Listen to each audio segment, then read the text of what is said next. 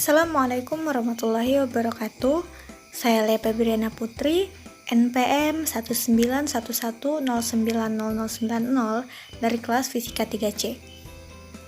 Di sini saya akan sedikit memaparkan materi tentang medan magnet di sekitar atau pada solenoida, dan juga saya akan melakukan sebuah percobaan untuk membuktikan teori yang saya paparkan. Medan magnet dalam solenoida. Solenoida adalah sebuah kawat melingkar dengan banyak lilitan kawat yang memanjang serupa dengan pegas dan menghasilkan medan magnet ketika dialiri arus listrik. Di sini kita akan berbicara tentang medan magnet solenoida. Jika kita berbicara konsep solenoida, perhatikan arah arus pada gambar. Nah, ini dari bawah ke atas ini adalah arus yang masuk, dan dari atas ke bawah adalah arah arus yang keluar. Jadi yang naik adalah arah arus yang masuk, dan yang turun itu adalah arah arus yang keluar.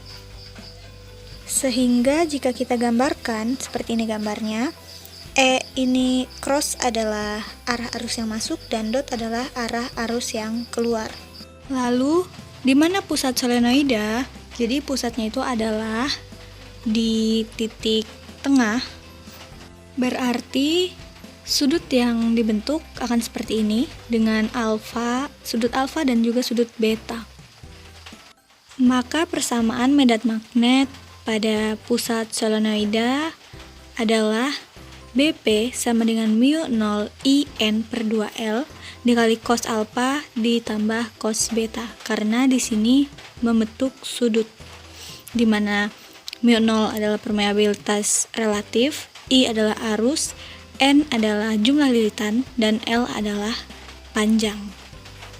Karena sudut alfa dan juga beta ini kecil sekali atau jari-jarinya lebih kecil daripada lilitannya, maka alfa sama dengan beta mendekati 0.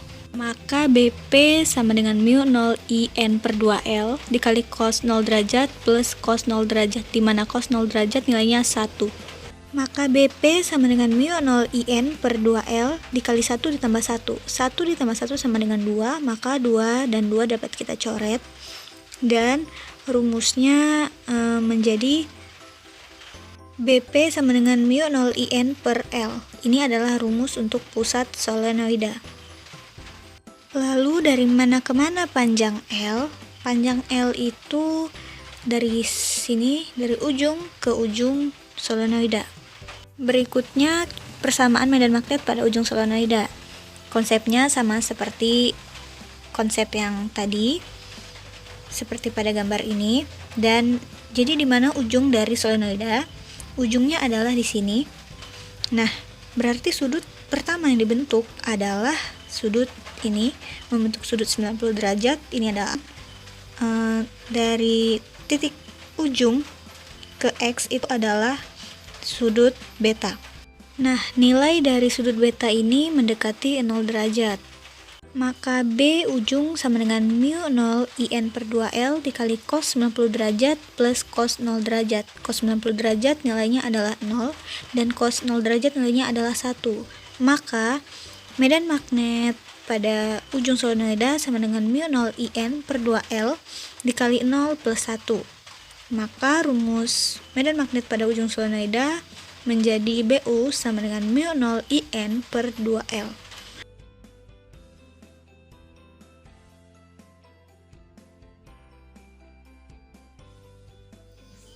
Baik, ini adalah percobaan untuk menganalisis timbulnya medan magnet di sekitar paku atau solenoida.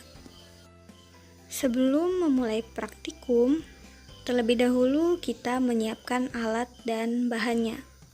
Yang pertama, siapkan kabel atau kawat tembaga tunggal, kemudian batu baterai, 1 buah paku, 1 buah gunting, kemudian selotip ataupun solasi salah satu saja, kemudian 10 buah jarum pentul, 10 buah paperclip, dan 10 buah isian staples. Setelah alat dan bahan siap, langkah pertama adalah mengelupaskan kabel ini hingga menyisakan kawat tembaga seperti ini. Dan ini dikelupas menggunakan gunting atau bisa juga menggunakan cutter ataupun korek api. Kemudian setelah itu lilitkan kawat tembaga ini pada paku sebanyak 30 lilitan. Seperti ini cara melilitkannya, sebanyak 30 lilitan. Oke, ini adalah hasil dari kawat tembaga yang dililitkan sebanyak 30 lilitan. Selanjutnya kita tempelkan ujung kawat ini di kutub positif dan juga kutub negatif pada baterai. Untuk mempermudahnya, saya menempelkan selotip di ujung-ujung kawat ini yang saya tempelkan pada batu baterai menggunakan selotip ataupun solasi.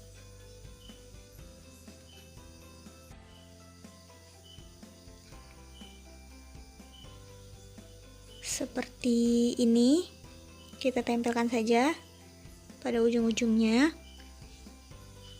pada sisi kutub positif dan juga negatif pada baterai.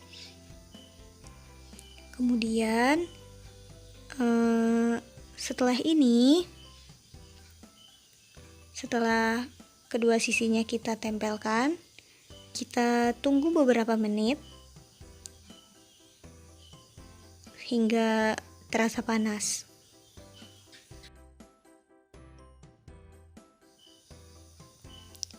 Setelah beberapa menit, kita coba tempelkan pada jarum pentul. Nah, di sini terlihat bahwa jarum pentul yang terangkat sebanyak 3 buah. Kemudian kita coba tempelkan pada paperclip. Pada paperclip yang terangkat juga ada sebanyak 3 buah. Selanjutnya kita coba pada isian dari staples. Ini kita coba tempelkan. Ternyata ada 10 buah isi staples atau seluruhnya terangkat menggunakan 30 kumparan tadi.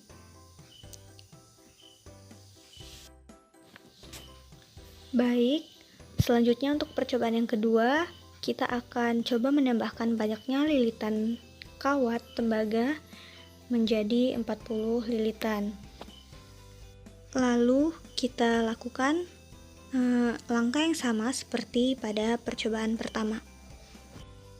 Ini adalah kumparan atau lilitan sebanyak 40 lilitan.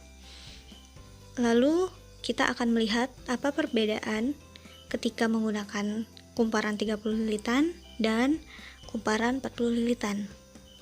Setelah kita lakukan langkah yang sama seperti pada percobaan yang pertama, kita tunggu beberapa menit dan kita coba tempelkan pada jarum pentul, paperclip, dan juga isian dari staples. Kita coba pada jarum pentul. Pada percobaan yang pertama tadi dapat 3 buah, sekarang kita lihat jarum yang terangkat adalah sebanyak 4 buah. Kemudian kita coba lihat dan bedakan dari yang pertama tadi.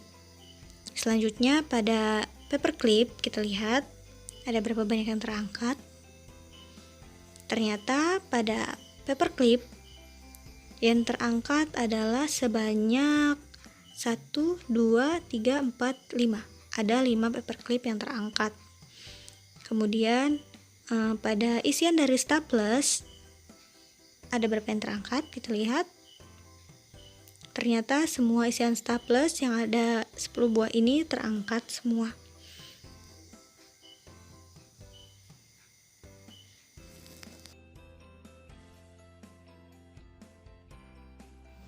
Oke,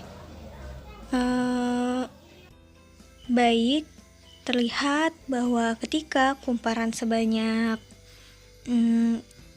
ini sebanyak 30 lilitan, baik pada jarum pentul, paperclip ataupun isian dari staples terangkat lebih sedikit jika dibandingkan dengan kumparan sebanyak 40 lilitan.